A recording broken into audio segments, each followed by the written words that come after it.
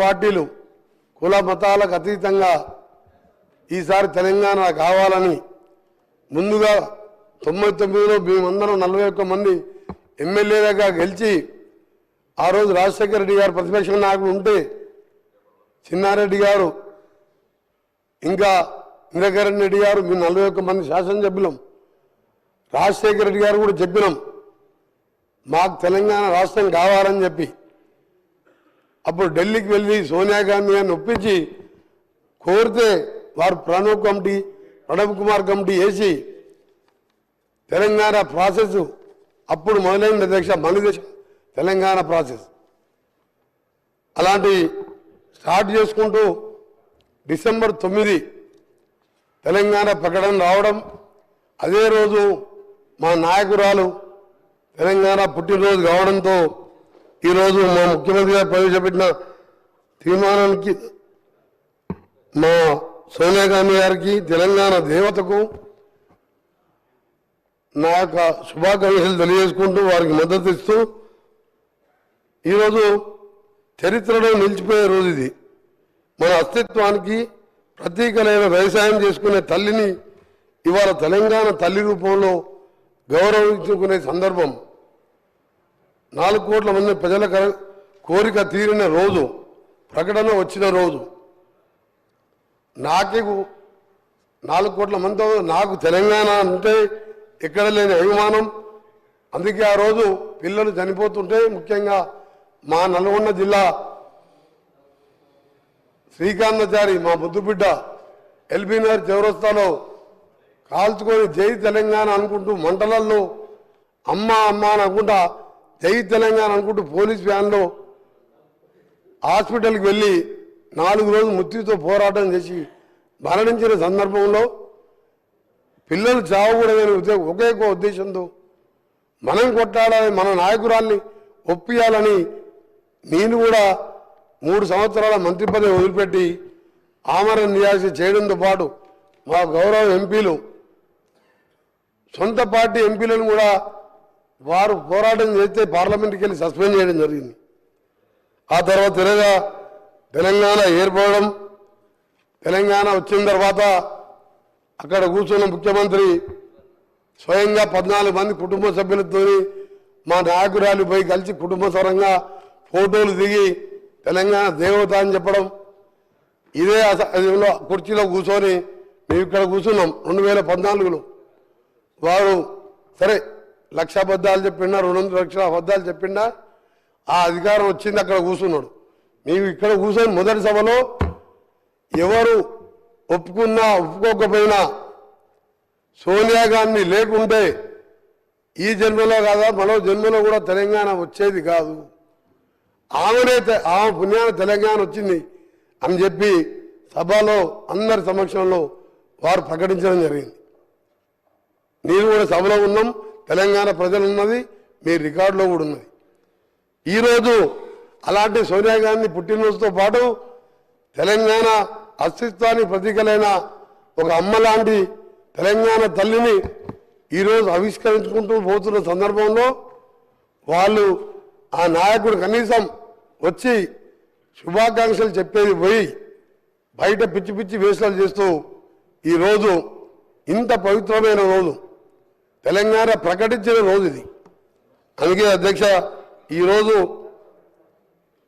మీ ద్వారా మరొకసారి ప్రతిపక్ష సభ్యులకు బీజేపీ వారు కానీ సిపిఐ పార్టీ వారి నాయకులకు వారికి కూడా ధన్యవాదాలు తెలియజేసుకుంటూ తెలంగాణ వస్తే అందరం జన్మ ధన్యమైపోయిందిరా మన జీవితాలు బాగుపడతాయి అందరం కూడా బంగారు తెలంగాణ కాకుండా నీళ్లు నిధులు నియామకాలు వస్తాయనుకున్నాం కానీ 10 ఏళ్లలో అది ఏమని రాలే తెలంగాణ తల్లి విగ్రహం ఉండే మేము అనుకున్నాం ఈ విగ్రహం చూసిన తర్వాత మా ప్రభుత్వం వచ్చిన తర్వాత మా గౌరవ ముఖ్యమంత్రి గారు తెలంగాణ తల్లి అంటే ఏ చాకలి ఐలమ్మలాగనో మనం ఇంట్లో చూస్తే మన అమ్మలాగనో గ్రామీణ ప్రాంతాల్లో ఉండలే మన అమ్మలాగనో ఉంటుంది అనుకున్నాం కానీ వజ్ర వైఢూర్యాలతో చూసిన తర్వాత మా గౌరవ ముఖ్యమంత్రి గారు మేధావులతో చర్చించి ఒక నిర్ణయం తీసుకొని ఈరోజు మనం తల్లిని చూసేటట్టే అలాంటి విగ్రహాన్ని ఈరోజు ఆవిష్కరించుకోబోతున్నాం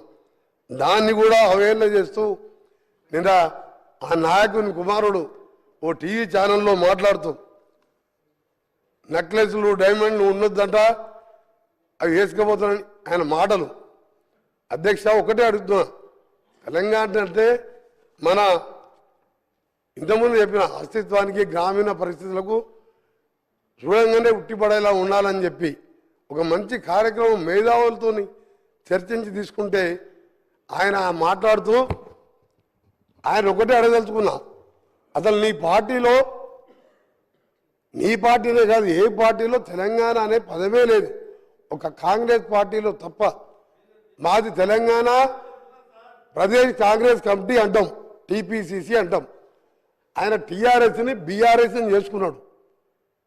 ఇవాళ ఎక్కడో విగ్రహాన్ని తీసుకొచ్చి మేము ఇవాళ ఉట్టిపడేలా విగ్రహాన్ని తెలంగాణ తల్లిని రూపొందించితే నీకు తెలంగాణ గురించి మాట్లాడే హక్కే లేదు. వాళ్ళకు టీని తీసేసి బీ పెట్టుకున్నావు.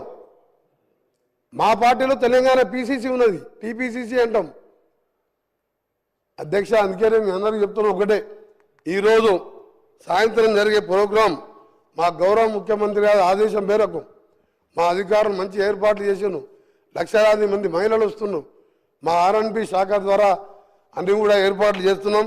మేమందరినీ కూడా పేరు పేరున మీ అందరికీ సవినయంగా కోరుకుంటూ, కొందరి పదవి పోయిందనో ఏదో రాజ్యం పోయిందనో ఈరోజు వాళ్ళు మాట్లాడే మాటలు నమ్మకుండా తెలంగాణ ప్రజలకు విజ్ఞప్తి చేస్తున్నా. ఈ సభ ద్వారా మీ ద్వారా స్వచ్ఛందంగా అందరూ తరలి వచ్చి తెలంగాణ తల్లితో పాటు ఈరోజు 10 ఏళ్ల తర్వాత నిజంగా వచ్చిన తెలంగాణ అప్పుడైతే అసలు ప్రజాపాలన తెలంగాణ డిసెంబర్ 7, 2023 వచ్చింది. ప్రజలు స్వేచ్ఛా వాయులు చీల్చుకుంటూ ఇవాళ సెక్రటరియట్లో వేలాది మంది కనబడుతున్నారు. ఒక సంవత్సరం కింద సెక్రటరియట్లో నాలాంటి ఎంపీలకు పాస్ అడిగితే కూడా ఇవ్వలే. ఇవాళ సామాన్యులు వేల మంది తెలంగాణలో తిరుగుతున్నారు. అందుకనే తెలంగాణ తల్లి విగ్రహావిష్కరణకు రావాల్సిందిగా మీ ద్వారా కోరుకుంటూ, ఈరోజు మరొకసారి బీఆర్ఎస్ పార్టీ నాయకులకు మీకు తెలంగాణకి ఎప్పుడో బంధం తెగిపోయింది.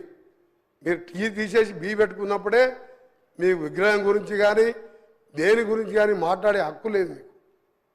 అందుకనే మీ నాటకాలు ఆపిపెట్టి గౌరవ ప్రతిపక్ష నాయకుని చెప్తున్నా, అక్కడ కూర్చొనేమో దేవతన్నావు, 14 మంది కుటుంబ సభ్యులపై కాళ్ళు మొక్కొచ్చినావు. నువ్వు లేకుంటే తెలంగాణ వచ్చేదే కాదు తల్లి అన్నావు. ఇవాళ ఏం మార్పు వచ్చింది? ఇచ్చిన రుణం తీసుకోకుంటే కనీసం పుట్టినరోజు కూడా నువ్వు శుభాకాంక్షలు చెప్పలేదంటే తెలంగాణ మర్యాద ఇదేనా? అధ్యక్ష ఊళ్ళో అంటారు తెలంగాణలో ఇంటికి వస్తే ఇంటికి వచ్చిన వారిని ఇంటికి వచ్చిన వారి మర్యాద చేసి కాళ్ళకు నీళ్ళు ఇచ్చి అన్నం పెట్టి పంపించే మర్యాద తెలంగాణ ప్రజలది. తెలంగాణ ఇచ్చి 10 ఏళ్ళు అనుభవించి కనీసం శుభాకాంక్షలు కూడా చెప్పలేదంటే నీ జ్ఞానం ఎక్కడ పోయింది? 80,000 పుస్తకాలు ఎక్కడ పోయినాయి? మీ పిల్లలకు నేర్పి ఆ పిల్లలు బయట టీషర్ట్లు వేసుకొని రోడ్ల మీద లొల్లి పెడుతున్నంట. అందుకే అధ్యక్ష మీ ద్వారా తెలంగాణ ప్రజలందరికీ మరొకసారి మా ప్రియతమ నాయకురాలు నిజంగా 1100 మంది పిల్లలు తల్లిదండ్రులు ఇప్పటికీ ఆ పిల్లలను చూసి ఏడుస్తుంటారు.